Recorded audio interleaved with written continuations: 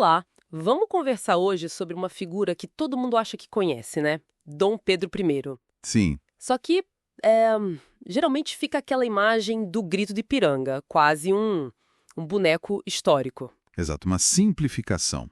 Mas as fontes que a gente recebeu pintam um quadro, olha, bem mais complexo, Cheio de nuances. com certeza.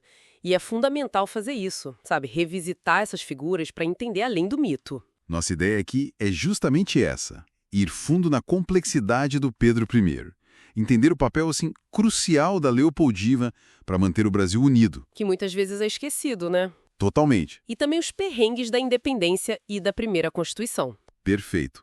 As fontes que temos aqui realmente desafiam a visão mais tradicional, trazem uns ângulos bem interessantes. Então, vamos começar pelo começo. O jovem Pedro chegou aqui criança, né? 9 anos. Bem novo, e cresceu em São Cristóvão. E a fonte descreve ele como rueiro, que andava solto pela quinta, aprendia coisa na estrabaria, consertava fechadura e até capoeira, com o Chalaça, aquele amigo dele.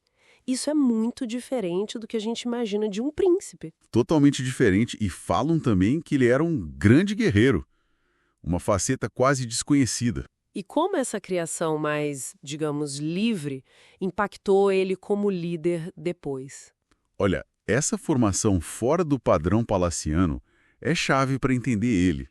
Ter aprendido a se virar, né, consertar coisas, a lutar, isso provavelmente deu a ele uma sensibilidade diferente.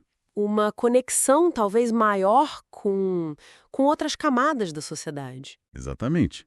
Um estilo de liderança talvez mais impulsivo, é verdade, mas também mais pé no chão em certos aspectos. Mais brasileiro, quem sabe. Isso teve seus prós e contras, claro. Faz todo sentido. Bom, pulando agora para a independência, o clima estava pegando fogo, né? Pesadíssimo. Portugal, as cortes, querendo rebaixar o Brasil de novo, anular tudo que o Dom João VI tinha construído aqui, exigindo a volta do Pedro. Basicamente queriam desmontar a estrutura que existia aqui.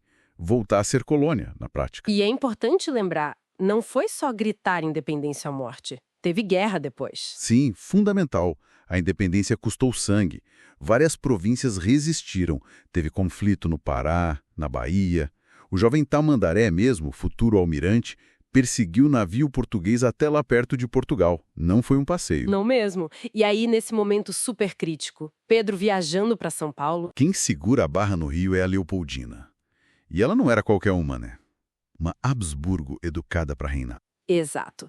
Ela recebe as notícias terríveis de Lisboa e o que ela faz? Não pensa duas vezes. Convoca o Conselho de Estado.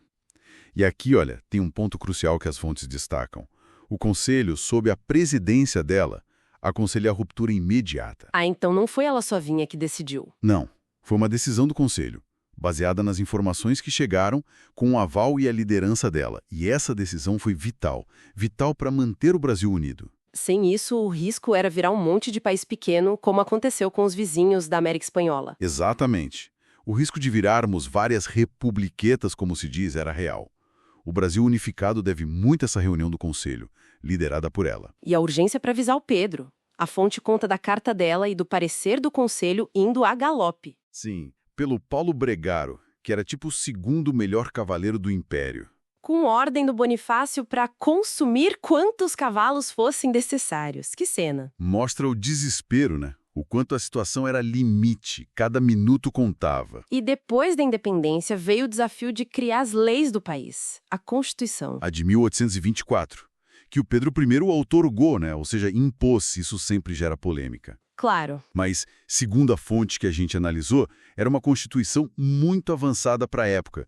Garantia direitos individuais, separação de poderes. E foi a que mais durou no Brasil, né? 69 anos. Exato. Um feito e tanto, considerando a instabilidade da época. Só que essa outorga não foi tranquila. A fonte fala de uma imprensa super agressiva contra o Pedro. Sim, comparam até com as fake news de hoje.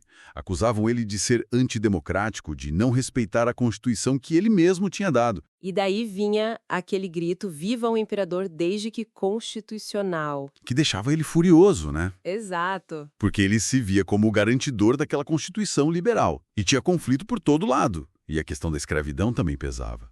A fonte menciona isso. Que ele, pessoalmente, não gostava da escravidão, mas... Mas a força política dos escravocratas era gigantesca, impedia qualquer avanço mais sério na abolição daquele momento. Era um nó difícil de desatar. O que leva a gente para a abdicação dele, em 1831. Também não foi algo do nada, né? De jeito nenhum. Foi um acúmulo, um desgaste.